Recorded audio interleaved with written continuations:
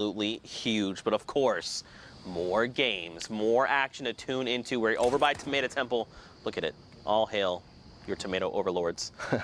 Well, right now, just a recap of where we're talking about in terms of standings. You said that the highest points that we saw was what, 77? 77. So that's the highest we've seen so far. Destiny's Jesus Imperial at 63 or maybe 64, depending on how that updates with that last elimination. They could be pushing up towards not necessarily qualification range just yet, but another one of those performances, and they very well could be. Remember, though, the queues are closed, so that could have been the last game that we just watched there. But here's Rennick takes out Mitro. And his teammate Vermax is already down, so Mitro himself did not have his duo partner Mongrel, but we already know their prowess. They've, you know, it seems as if they've qualified multiple times for duos already, Mitro and Mongrel, so they're not worried about that. Obviously not getting a chunk of that $2 million that's spread across all the regions. But again, talking about the scores and the standings, right now you can see Frenzy and Ads are already kind of tied with that last team that we saw. Yep. So possibly and if I remember, through this game. If I remember, it was Stomping Toshinkin, right, that had 77, if I remember correctly. It's honestly, there's been so much action. If that's an assumption that we're trying to make, I think we can go ahead and make that comfortably. I think what I was also going to say in regards to that is that don't forget they've already qualified, right? So even if they're sitting at that #1 spot, that shifts the entire standings down, all right? So not 1 through 4th that are going through, but instead 2 through 5th will be going through. But right now, and that's a story in and of itself. Yeah. Stompy and Shinken, they have done it every single duos week. They have done it every single duos week. They have not missed a beat on making sure they're up in the top spots every single weekend. Man, to get and be able to like get that kind of practice, right, and to keep doing it. One thing would be like, we qualified, we hit, you know, the very next week we hit first, all right, then we've hit at least like maybe top 10. But no, these guys are hitting top 3 the value back to back. Stink bombs right now, Zeke. I think he's going to get both from this last one. I think this is going to do it. I think his HP is going to be gone, but no, not throwing it all the way ahead, but he's going to find the AR shots regardless. So Ghosty and Jamif falling to, you know, he actually still has 2 more stink bombs right here. That's crazy. And don't forget, these get more valuable as the circle closes, right? Because remember, this is the space of, or I guess the stink cloud is a little bit bigger than a 1x1. So as that circle continues to close, you can really be putting some people in really tough spots, especially when you're basically just saying, the entire play space you're in right now, boom, I have dealt it, you're smelling it. Classic Zekeism right there. He always gets the last laugh. But moving into the rest of this game right now, it's Zeke and Narcos on high ground. You know, I really got to reach out to Zeke here because we have the same name, and every time Sundown is on broadcast and says his name, I look and I'm like, wait, did you say my name? Does he need me? Oh, never mind. It's just Zeke and Narcos. Yep, that's fine. Yeah, always on high ground, always winning games, something that Zeke is not familiar with. Dang it, I was going to make the joke. You beat me to the punch. But Yarkos and Zeke are certainly familiar with it as they take high ground and hold it against Kaspersa, who tried to take it from them. Yarkos is qualified in solos, not just yet in duos, but we'll see here if the Polish duo can do it, can qualify for New York. They're at 57 right now. We saw a couple of players that were ahead of them in terms of points in this game. Right. So everything matters. Remember, every interaction counts. I think he has another opportunity here to knock down, but no, they're not going to take it. They're going to decide time to back off. But as that branches out more and more, hold on, because Hadkos falls directly into somebody's box, and I think that's going to be the end. Yes, he falls to the zone because that player takes advantage of the, you know, distraction that he had up on high ground and knocks him out from below. Yeah. Now it's Frenzy and Ads that I was just kind of referencing in terms of their points. At 66, they take the high ground, Zeke. Look at this, 67 points now. They're trying. Now, don't forget, we saw, again, 77 is the highest we've seen so far. They're 10 points in striking distance, and that's if that duo was in the #1 spot. So you've got to think, again, these guys are contesting for top 5. We've seen teams literally sit here and trade places, and if they hit top 15, it's going to be huge. Lestream, Vato, and Skite are in this game, Bala. That is huge. And they're at 77 as well, so as we see and update their scores. So just like you're talking about, 77 is that point to beat. Right now, they're going to find another. The cone slide comes in. It's Takeoffs again who goes down, and his teammate Andretta falls to Tux, who is with Vor when we saw them win the game earlier. And look, dude, they jump up to 81 points. First 3 points are so crucial. And look, they're just waiting it out, right? This lobby's going to continue to thin itself out. Zeke, my boy, unfortunately gets picked up and another round of placements. 83 Balla. 83. They could very well clutch this up and just be the point leaders. This could be it. Skite and Vato could finally, after 10 weeks of trying, after 4 duos competitions, all those weekends finally paying off, possibly here for Skite and Vato. We've seen this exact situation play out in that game that they got all the way towards the top 5 last time, with a lot of eliminations racking up as well. They're playing slow, and they're making sure that they're going to get that ticket to New York. And if you watch in the top left, Vato, unfortunately, he gets traded out. He's gone down, and he gets picked up by FaZe Vorwin. And right before that, I was going to say Mongrel gets picked up. Skite's dropped down to 18 HP.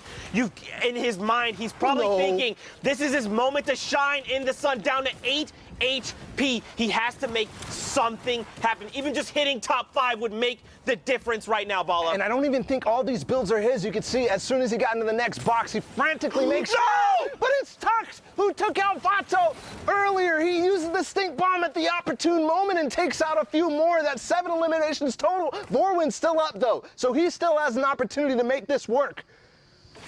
Oh, man, eliminated 6 there, just on the cusp, but it's okay. Again, that's now the highest point value we've seen. Even evade adds, look at this, 75 points right now. These numbers are getting out of control. Vorwin down on the lowest ground. He's going to be dropped. He's got to break through metal, though. He's got to find Sensei. Look up. He's got to get Sensei. He's going to jump down in front. No. He does not get the trade out. Ads right now has the health advantage. Frenzy and Sensei, look at them both. They're so hurt that the storm is continuing to tick them out, and it is not enough. It's Ads and Frenzy get the victory royale. Man, Zeke, we're getting 79 points. I can't and do that this. could be 80, because I know that elimination counter is slow to update towards the end of these replays. It could be enough, and that could even be possibly their last game, or they could have gotten one more in before these queues. I mean, Zeke, this is coming straight down to the wire here in Europe. Oh my goodness, man. Of course it would be like this for the final week. It's been like this every, periodically we've seen moments like this where we've seen players edged out at the very end. And I gotta, Vato and Skite, man. Yes. Out in 6th place in that game, not quite making it to 5th place. That could come back to bite them in a terrible fashion. It could be heartbreaking for them, but we go ahead and catch up with them later in the standings. We'll see where they all end up. Here, Thomas and Kluja finding 1 elimination this game, and again, we're looking at the point ranges. 77 was that, but as we saw that last game, they pushed over that 77. So don't forget, they're at 83 points when we last saw them. So right now, if you're looking at Thomas and his dual partner Kluja, they could very well contest that 83 points that we saw, right? It's only a difference of 6 points. That's making it into top 10. They're at, or excuse me, top 5. With a few eliminations sprinkled in there, man, I do not want to see Skite and Vato get edged out again. They've come so close so many times. This has got to be their week, and you've got to think they're thinking the same thing, right? They're like, it's all come down. We've put everything on the line. We're playing our hearts out. This is our week to qualify. Just keep your head up and keep positive. And let's not forget about Tux and Vorwin there in that last game as well. Contesting with Skite and Vato, actually taking them out. Right. First, Vato ends up getting split, and Tux takes advantage of that. And then the stink bomb coming in at the perfect moment. Skite not having any white heels. We talked about it earlier. So ending up edging them into that top 5 and finding some eliminations on the way, too. Probably kicking themselves, thinking if we had made that top 5, it would have just helped ensure that our placements were very high. But right now, in the current game, Brolof here and his duo partner Artemis Swede, they're in top 15. Don't forget that first round of placement points is great, but they're at the 39 threshold. They've got to make more happen. And don't forget Thomas and Kluja, they're sitting on 77 if I remember correctly. The question would be, who else is in this lobby? What other big names can we scout out? It's not just big names, but anybody who's up at the top of the leaderboards right now, because as far as I'm concerned, Thomas and Kluja are the subjects of this game as far as we've seen so far. Obviously, everybody else getting the action. Berloof here, we've already seen them pick up 1. They picked up another knock. Are they going to be able to find the elimination here? And they're holding them in zone. They're going to actually probably get this. Definitely the knock is going to be confirmed. Oh, he should have just taken the shots with the AR. He's going to get blue damage numbers over. Here we go. Isla there gets picked up, but oh, man, this is coming down to the wire. This 14 number hasn't quite changed. Top 10 is the next threshold. Will they get knocked out? Oh, they're coming down. They got to start building down. Did they drop? Probably just a little bit of damage there, or, started using the glider redeploys. Yes, the rift comes out, actually, for Berloof, but I don't think he took his teammate Sweet with him, no. You see only a little bit of white HP missing, so probably maybe used a Shadow Bomber or maybe a Flint Knock or something to save himself from taking the damage, but was on high ground. He's looking to see, maybe I'm going to make a play right now. No, he's going to decide, I want to join my teammate, and Sweet has a perfect hold for him as he edits him down through it. It's Thomas and Kluja on high ground, by the way. Yeah, this is a game, they need to close this game out, right? Like, yes. We know for a fact, 83, again, in case you just tuned in, that was the highest threshold we've seen for points. Kluja and Thomas, they were at 77 not that long ago. They're about to hit top 10, which is another round of placement points on top of any eliminations they've picked up along the way. Down below, though, Sweet and Artemis, Sweet, and Berloof, I hope I'm saying that correctly. They're making things happen, right? They've got the 6 eliminations. They want to try and rack up as many as possible, but they are so far behind right now. And I've got to criticize the use of that second Shadow Bomb there instead of getting into the box. Maybe a misclick or something, because now he doesn't have the rotation to stay with his teammate Berloof, who does have one more Shadow Bomb remaining. They're going to have to path in and walk it in. Right now, again, top 10 is another round of placement points. Everything is going to slow down. Santo single, unfortunately, picked off right there at the edge, missing out on those points. I want to go back up top, right? I want to see what's going on with Kluja. I want to see their points right now. Berloof, Sweet, he's dropped down to nothing. Anyone could accidentally sneeze in his direction and he could get picked off. Someone finds it. It's Detox who's going to be picked off in the crossfire there. Now Sweet, again, he's ticking. It must be within a stink bomb, and he gets traded out. Berloof does. But Sweet, look, his HP jumps up, so he must have found elimination. A second before, if that player doesn't come from behind, he actually gets the siphon and probably survives there. Yep. So everything coming down to these milliseconds decision. I still haven't seen Thomas. Yes, they finally got one elimination up on high ground. Sweet starting to use that campfire. It's full effectiveness here as the zone starts to go back in the other direction. 5 duos remaining, 7 total players. Oh, and Thomas gets picked up. That puts Artemis Sweet in the top 5, another round of placement points. So does that mean, that must mean they both have been eliminated? Yes, they are both gone. Right now on the high ground, you've got a player, and everyone else is super huddled together, because don't forget, this play space is just shrinking right now. Stir6, his dual partner Twix, is alive. They find Sweet, who gets picked off. I love the placement of that trap, though, and the quick reaction from Sweet to actually edit his cone in a certain way so he can make it out unscathed, but still, 4 duos remaining. One player drops behind. They're all the same skin for some reason, and Sty6 is going to be able to find him easily. So that duo down on low ground by themselves right now against 2 more players, Nujulian and Oxy right here. And down below, Styrix and Twix are the only duo left. They immediately shut down Oxy. They're like, one player's pushing us, just let's cooperate, let's shut this guy down, and now they're in a 2v1. Gooden here is going to have the fight of his life, and he's on the 64 points. We've seen a lot of players hovering in that range.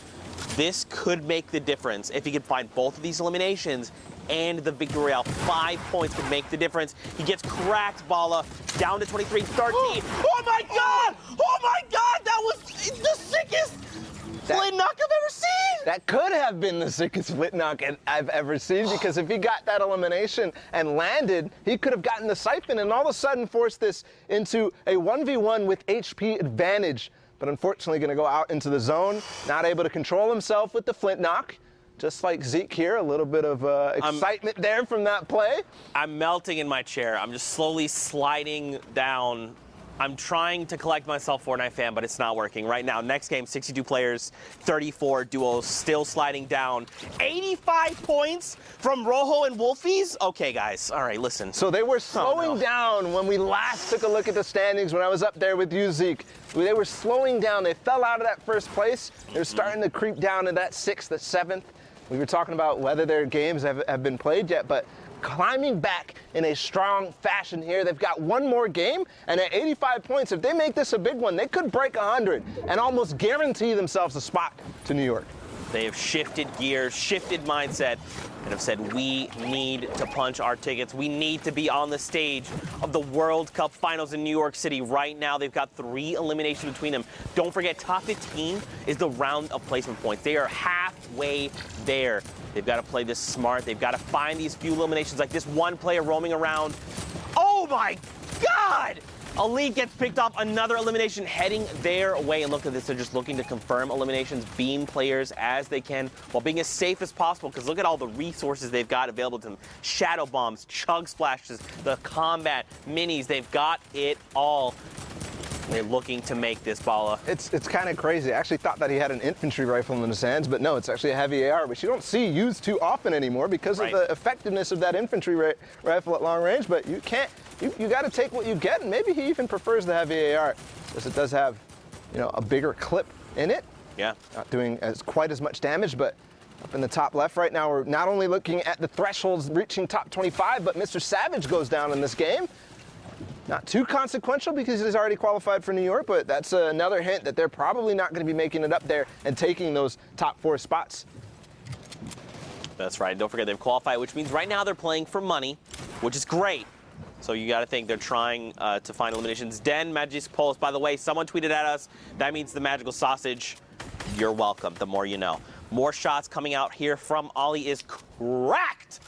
He did not manage to crack that player's shields, but the shots were pretty on point, and he's, of course, 761 above the damage threshold for the Storm. There, Motor, for just a brief moment, peeks out, and Ollie finds and secures it. I think he might have also hit Motor's teammate, Ferox. I believe he did. As he jumped out of that box, I'm looking at Wolfies and Rojo right now, carpeting their way towards the zone. They're going to go ahead and decide to launch pad. They use that, you know, tarp for a second just to get ahead of everybody else, make sure they're not gonna, you know, hit their heads and waste the launch pad effectively. But here, Benji using those chug splashes to immediately get back up to max health, starting his turtle forward. And the fish out of water here, I mean, the duel of these, you know, we kind of, it's funny that you said we may not see them in top 10, but look at the point threshold. I know. They said, look, Bala, we're savage, we're Benji Fishy, bro. Don't put us out. By the way, 4 rounds in the AR, only 4. And Zeke finds actually 2 players who didn't edit their box close. He's going to take out Black. And his teammate as well, Stoico, going down, and that's probably the end of their run in the World Cup. Benji literally just said, Zeke, I don't care about these 4 AR rounds. Watch me pick up the double, and now I'm sitting on 300. Check me again, bro. I'm a fish out of water. I can breathe in fresh air. That was, in case you didn't see that, that was a thing at the summer block party, which made me laugh, by the way. Go back and watch those little interstitials. They're fantastic. That's what I was referencing. But 86 points over on Wolfsies and Rojo. Yeah, and he's actually in trouble here as the Shadow Bomb. This player actually doesn't realize, though, he's going to take a nice shot onto Mawaka, sorry. As Wolfie's making his way forward, Rojo is split, but we've seen this situation before. Again, reaching towards that 90 points right now. One more elimination is going to do it, but Rojo goes down, and it's all up to Wolfie's right now. All right, here we go. So Rojo gets picked up. But now, look, they've just hit that 90-point threshold. So let's think about this, right? If Wolfies could clutch it up by himself, he'd have to at least get the Victory Royale, which is another 7 points, and at least 3 eliminations. There's still 10 players. It's doable. To get 100, is that what to break the triple digits. Yeah, I want to see the 100. I want to see it because you know they want to see it too. I mean, based on what scores I'm seeing already spread out throughout the map and the games that we've seen, I think he's already probably clinched it.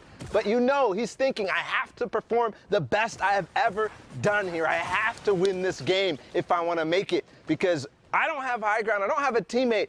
I've got to do everything. I've got to take all this responsibility on my shoulder, all the pressure from all 10 weeks, and do it right now, Zeke. That's right. And you got to think they're probably saying, like, just imagine this was you on the stage of the World Cup Finals, right? Imagine you're in that moment. Take everything, all the practice, the long hours you put and dedicated to this game and focus it and hone it in right now. Wolfies, he's got 3 eliminations. Again, 94 points. If he could find 3 more eliminations, it's not enough. Confetti trades him out and shuts him down in that moment. And now it's coming down to this. It's a 2v1. Confetti and Toos It's kind of crazy because we started World Cup in week 1 in semifinals. Two's playing in solos, actually destroying the semifinals, and now here again, ending EU. Is he going to be able to pick up this win? It could propel them up to 71 points, but it's going to happen. Ollie goes down, almost makes a hero RPG play onto Confetti. My heart dropped for a second there, but that really could be, you know, a story from the start to the finish, Zeke. Yeah. This is, I think, the only fitting thing now to do. I'm stressing out of my mind, but for now, let's send it into Pookie. She's in the studio. She's going to break down what's going on. Thank you so much, Zeke. You know what? Go get yourself a sandwich. Go get a drink of water. Calm down. I was over there. You were stressing out for sure. I am joined here with Sundown. Those games are absolutely incredible. You always putting on a show. Never disappointing. Speaking of that, don't want to bring up who's going to be disappointed or excited, but we got to look at the standings. The final standings, the last 4 coming out of Europe. It's been so absurdly competitive, and let's take a look. Woo! Punch some tickets going through. Wolfies and Rojo taking the top spot. Stompy Tashinkin, Benji Fishy, and Mr. Savage don't know how to share. They're still hanging out. Had already qualified, so that means it shifts down. And we got Skype, Invato, Vorin, and Tux, and then Klusha in Singularities. Thomas HD taking up the spots, 1 point separating the difference, going through there. Saw it going down. I mean, this is nuts. So many players who we've seen. Klusha getting the double qualification going through. Shinken and Stompy not knowing how to stay off of the top. Huge runs from Sky and Vato, as well as Vorin and Tux. And then Wolfies and Rojo just dominating at the start of the day, kind of falling off, and everyone was saying, oh, can they stay up there? A huge last-minute surge, $20,000, a trip to New York City, Pooks. That's massive. Congratulations to everyone who has qualified for World Cup Finals in New York in July. I cannot wait to meet all of you, but we have some business to get down to, Sundown. Time to punch some tickets, right? Yeah, we got to punch those tickets. All right, let's get the top one right there. Congratulations, Wolfies and Rojo. We got Skyte and Vado coming out of the stream. Am I doing this one? Yeah, you can get that one as well. Split it up 2 and 2, and then get Vorin and Tux. Such a great job from Tux there. We saw a number of his plays. Vorin as well, clutching up in the end, and then rounding it out. Klusha, by the way, in Singularity. Thomas HD. Congratulations, all of you played so incredibly well. It was a great day to round it out. But again, hey, first of all, to even get to Sunday in Europe, it took 67 points in a victory royale.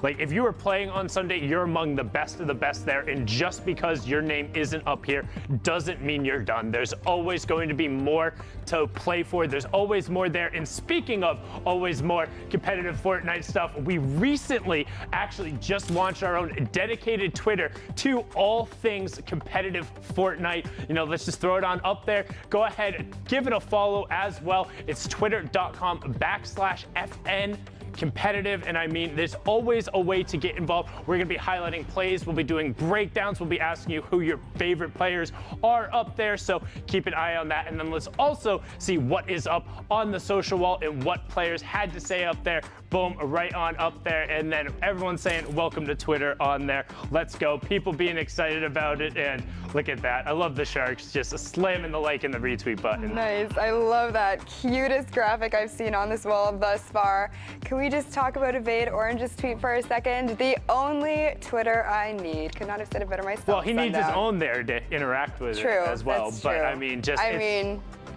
you know, potato. It is what it is. But yeah, guys, if you're not following this Twitter already, please go and give it a follow. I'm following it. I know Sundown is.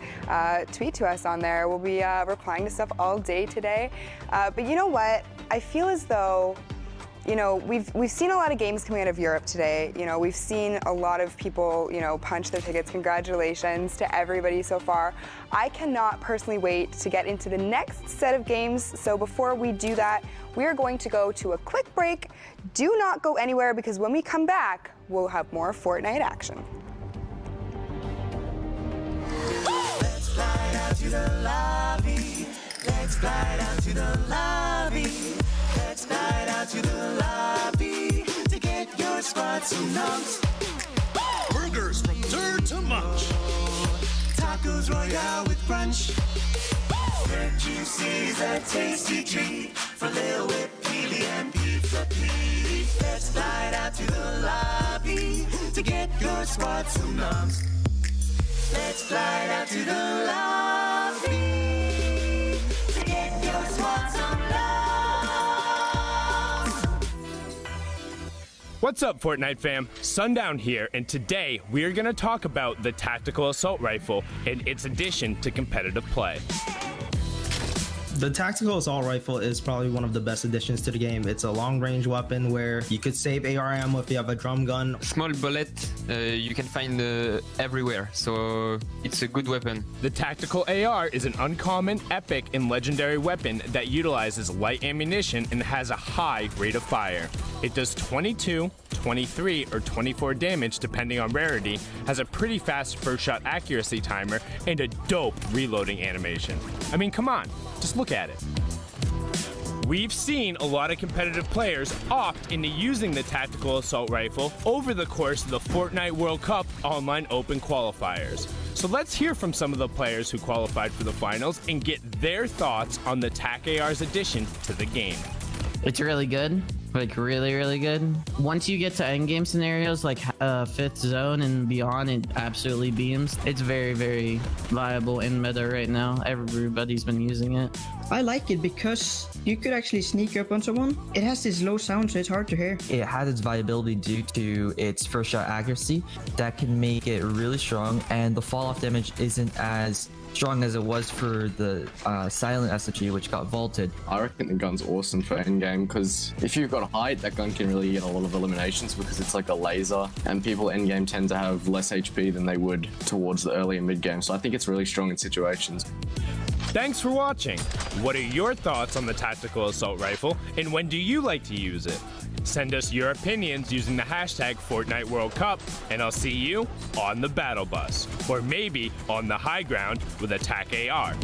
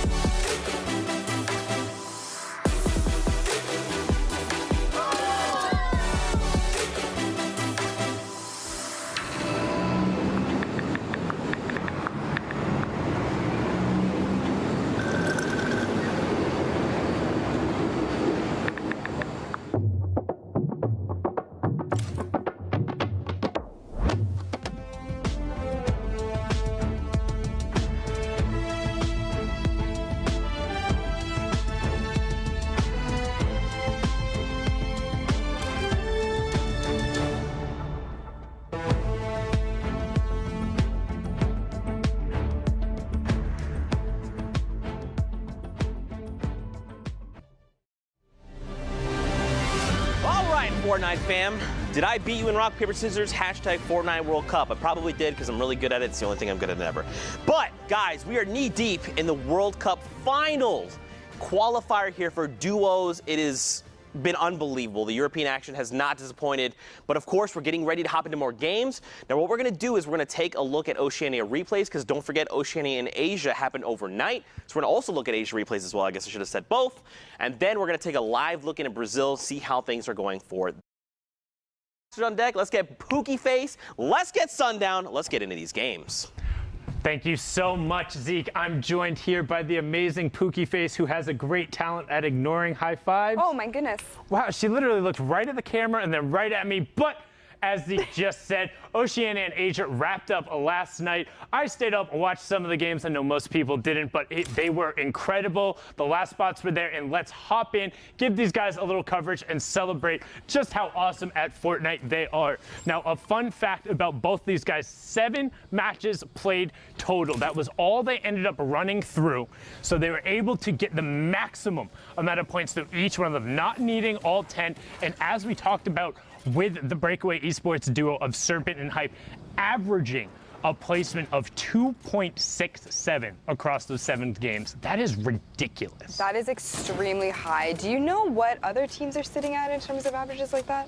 I mean, you really don't typically will see placements like that in a 10-game run. Like in overall, like we've seen people being those consistent in like over the course of 10 games. Right. But like in that spree, I think the closest we've seen is the Twins out of Oshi, when they were playing more placement based and less aggro. I think they had one of the weeks up there where they were nearing 4, but sub 3 that's really, really, really good. Yeah, it's definitely pretty incredible, like you said. And we see Hype just get the elimination on Pendragon, LOL there, just utilizing his edits there to quickly peek out, make sure that he's not leaving himself too exposed. Take a look at his partner, Serpent, who has got his own agenda of what he's doing over here. Looks like he's doing the same thing, but on the opposite side. So these guys just applying pressure all over the map. Yeah, and one thing to note, it is a much sparser circle when you're in those very late games in terms of Oceania. Some players opting to play aggro, trying to get their games out there, will just go full send and try and burn through a couple towards the end to get into another one. But if you have good game management or the ability to just play consistently and ride it out, you can play this game all the way to conclusion and maybe snag what might be a slightly easier victory route for you if you're playing passive and defensive, which Serpent and Hype seem to have been doing so here with, I want to say, only 6 elims, but in comparison to the rest of the lobby, it's not a ton. It's good. No, for sure. And to your point, kind of what you said about knowing, where your opponents are. Keep in mind that there's only 12 players left on this map right now, and only 7 duos remain.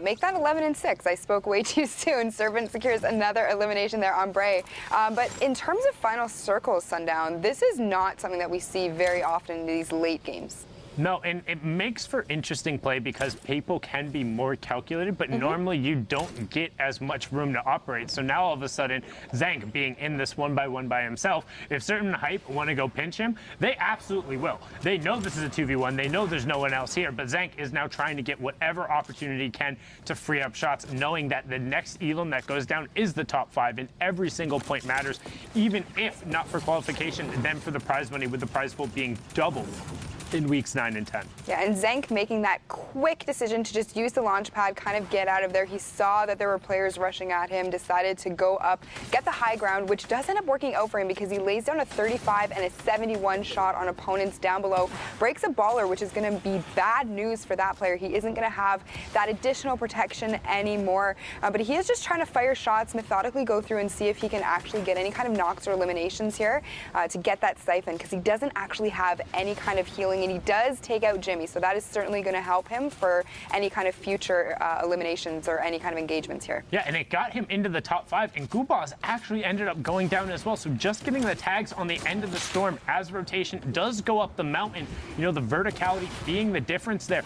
Elimination does go over. That was the knock we had just talked about. While Replace goes through, he edits down, has nothing to catch himself, but luckily was on the edge of it. But Hype is relentless on the high ground, and now they're going to start working the top down. When we started on board with them, they had 4 elims, now worked it all the way up to 8. There is 9 and 10, and they're looking to close this match out, and this is where every point matters, getting the wall replaced, and Slaya goes down. Well done from Hype and Serpent. 11 elims in the victory royale. Well done from them indeed. Now, unfortunate to see Slayo go down. I know that he is a favorite from a lot of people, but you know what? Second place, not too bad, Sundown. No, it was a good effort, but like you said, once kind of those two get rolling, when they have the momentum, they are able to just run with it. We've seen it before in the semifinals, and when they finally converted it over, sometimes that's all it takes. If you're able to put the pieces together on the right day in the finals, that's what ends up mattering. Now we're on board here with Surf Junkie and Evanix.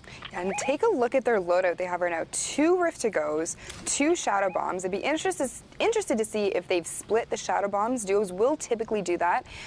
You know, give 2 and 2 so each partner has some kind of mobility in their inventory. They do only take up 1 slot, and you can carry a whole bunch of them. So we've seen time and time again players utilizing those to make rotations, make sure they're safe heading into the next zone, and they are going to actually opt to Rift out there so that they can make that long way to go, but they are going to look to see if they can possibly sneak on some high ground here.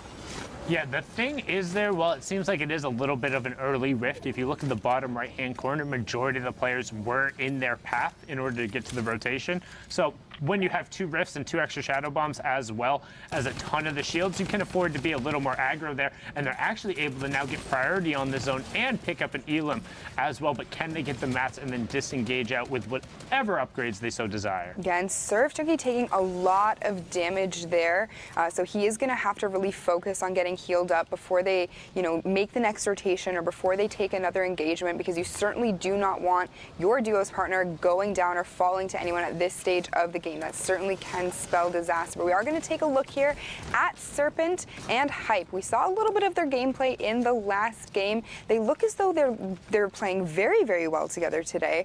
And you know, let's just see what they can pull out right now. Yeah, so these were actually, so the last game we watched was their second to last game, and this was their final game of the evening. So that's kind of why it ended up being such a thinner lobby. It was a lot of the players trying to get through and use the last of the games, but Serpent and Hype saying, that's fine, we'll play it for a victory royale. And right now, inside the first placement threshold, already on 7 elims for this match. So that's 10 points so far coming out from this game. That's what we talk about when we say maximizing efficiency in every single one of your lobbies. If you're making it into the final placement threshold, getting a couple of those victory royales and getting elims as well, no, it makes it very difficult for everyone else in the lobby to even keep pace with you. Yeah, and you know, that we've seen time and time again has worked out for so many players. You know, really just being very aggressive, just going full send. It doesn't matter what game you're in, that can always bode well. He does get the knockdown on oh my gosh, Surf Junkie and Evnix just fall to him completely, no chance, and we've seen them play very strong in the past, so that is very surprising. But Serpent does pick up